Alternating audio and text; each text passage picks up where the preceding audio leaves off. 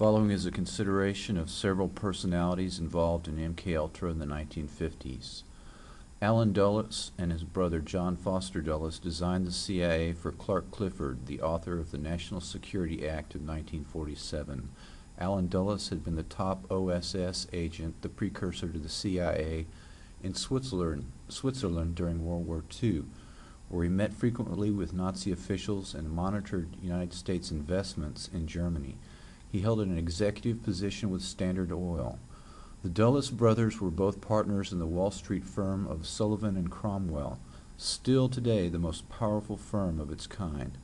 John Foster Dulles was Secretary of State for Eisenhower, while Allen Dulles was head of the CIA. The CIA under Allen Dulles overthrew numerous elected governments, most notably the governments of Iran and Guatemala. These operations were executed under the premise of anti-communist revolutions, but were in fact due to threats these governments posed to American economic interests.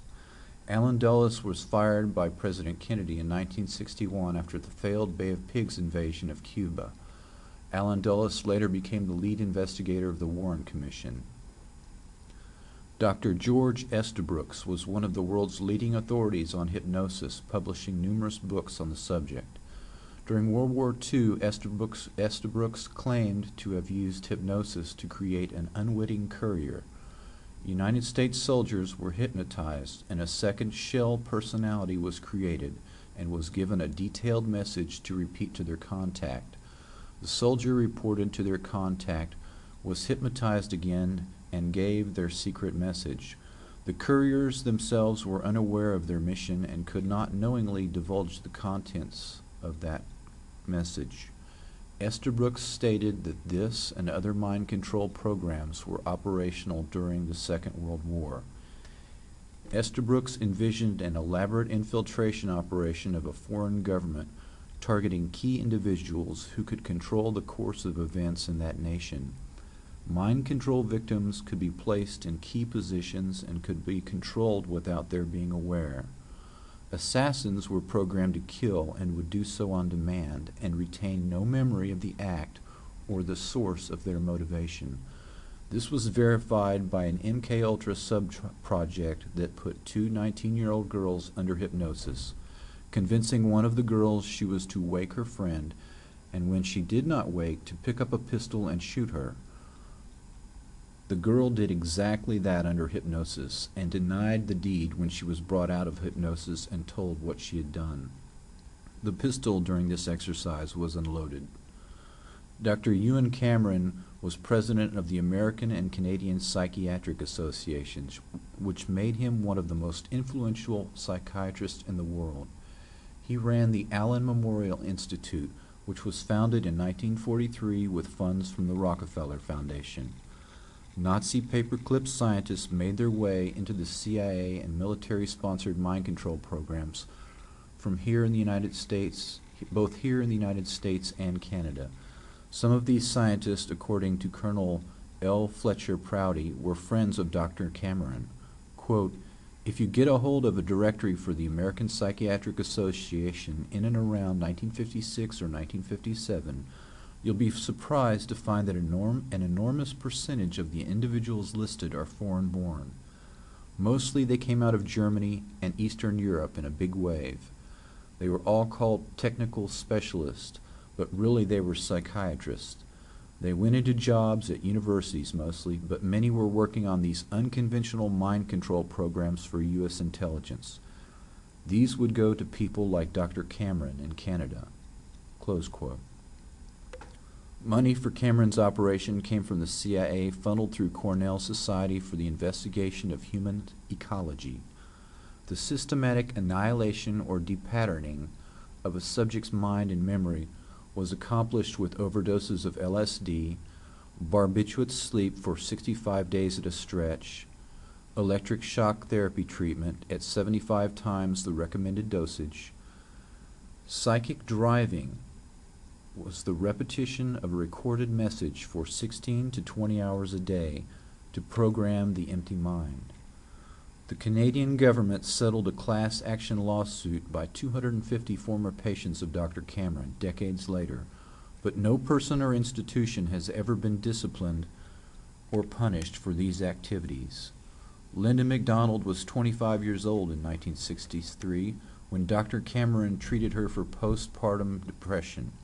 She received 102 electric shock treatments, 80 days of drug-induced sleep, and emerged completely depatterned, essentially like a newborn, totally incontinent, unable to state her name or recognize her husband and children.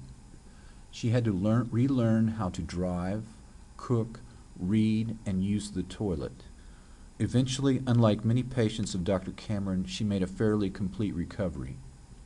Cameron was the premier psychiatrist of the 20th century, and having studied Nazi scientists at the Nuremberg trials, replicated many of their methods and sought their assistance in the race to control the human mind.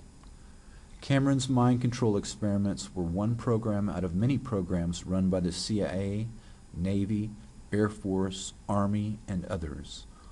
Although many parallel operations were occurring in the U.S., none of them were ever discovered or prosecuted.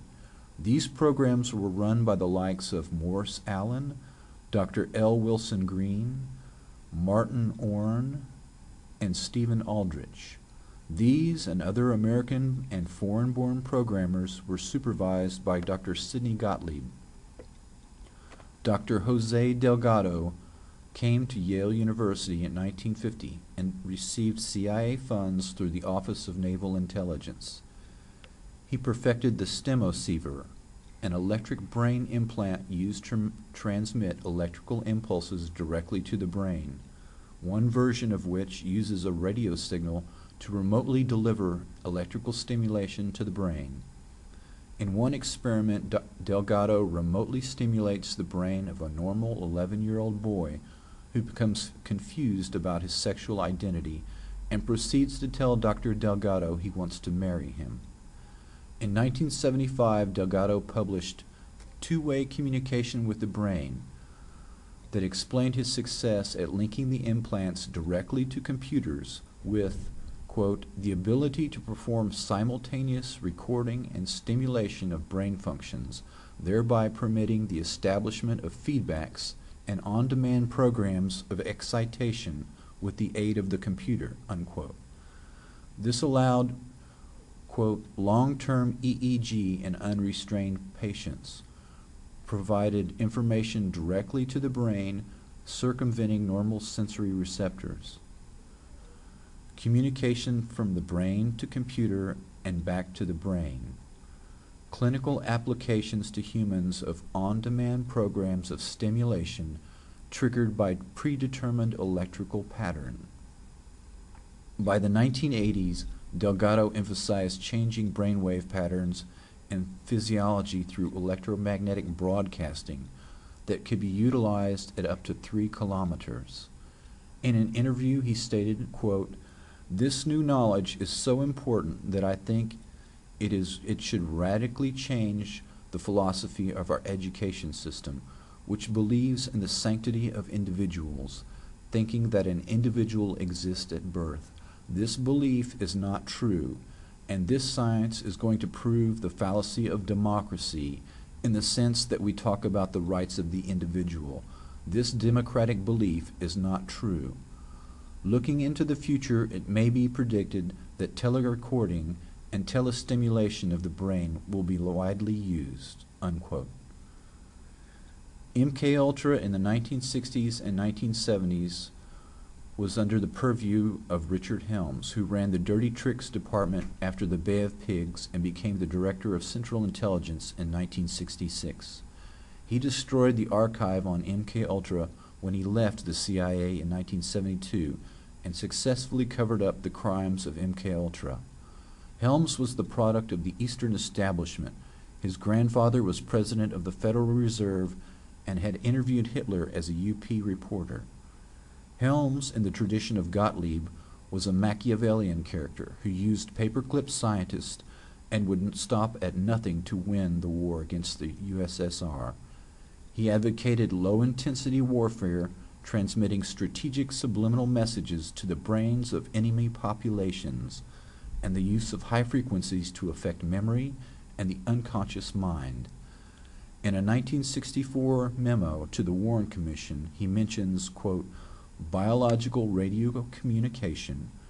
Cybernetics can be used in the molding of a child's character, the inculcation of knowledge and techniques, the amassing of experience, the establishment of social behavior patterns, all functions which can be summarized as control of the growth processes of the individual, unquote.